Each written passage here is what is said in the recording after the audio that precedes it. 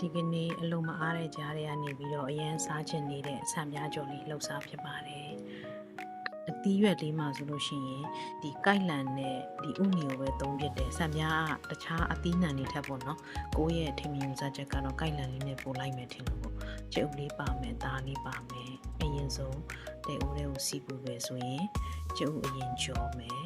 ကျုပ်ကြော်ပြီးသွားရင်တော့ပကံလေးနဲ့ထည့်မယ်ပေါ့နော်ဒီမှာကျတော့ဆံပြားကြော်တဲ့နေရာမှာတခြားအသီးရွက်တွေထက်ကိုဒီကိုက်လန်လေးနဲ့ပို့ပြီးတော့လိုက်ဖက်မယ်ထင်လို့ကိုက်လန်လေးနဲ့ကြော်ဖြစ်တာပေါ့နော်ကျက်ဥရပြီဆိုရင်ဆဲတာပြီးကြရင်ကျက်သွန်ဖြူလေးကိုစီတက်ကျက်သွန်ဖြူလေးအနှံ့မွေးသွားပြီဆိုရင်အသားတောက်ဆင်းပြီးတော့နှက်ထားတဲ့ဟာလေးကိုထည့်ကြော်မယ်ပေါ့နော်အသားလေးကိုရေခမ်းတဲ့အထိအနှံ့လေးမွေးတဲ့အထိထည့်ကြော်မယ်ဒီမှာတော့ကိုယ်တိုင်ရိုက်ပေါ့ရိုက်ပေးမဲ့သူမရှိတော့တယောက်တည်းရိုက်လိုက်ချက်လိုက်ဆိုတော့နည်းနည်းတော့ကြည်ရခတ်မှာပေါ့နော်အမှအသားလေးခြောက်ပြီးတော့အညိုလေးပြောင်းသွားပြီဆိုရင်အသီးရွက်လေးထည့်မယ်ပေါ့နော်အသီးရွက်လေးကတော့ဒီကိုစားခြင်းနဲ့အသီးနှံလေးထည့်လို့တော့ရဒါပေမဲ့ဒီမှာကြိုက်တာကြတော့ကိုက်လန်နဲ့မုံလာဥနေလေးကြိုက်တာဆိုတော့အဲ့ဒါလေးပဲအများဆုံးထည့်ဖြစ်တယ်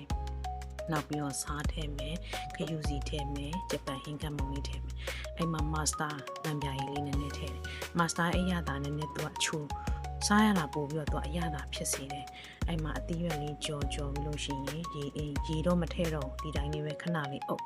ပြီးလို့ရှိရင်အသီးရွက်လေးနူးပြီဆိုတဲ့ချိန်မှာခုနနေထားတဲ့ဆံပြားလေးကိုထည့်ပြီးတော့မှကြော်ပါမယ်မွေပါမယ်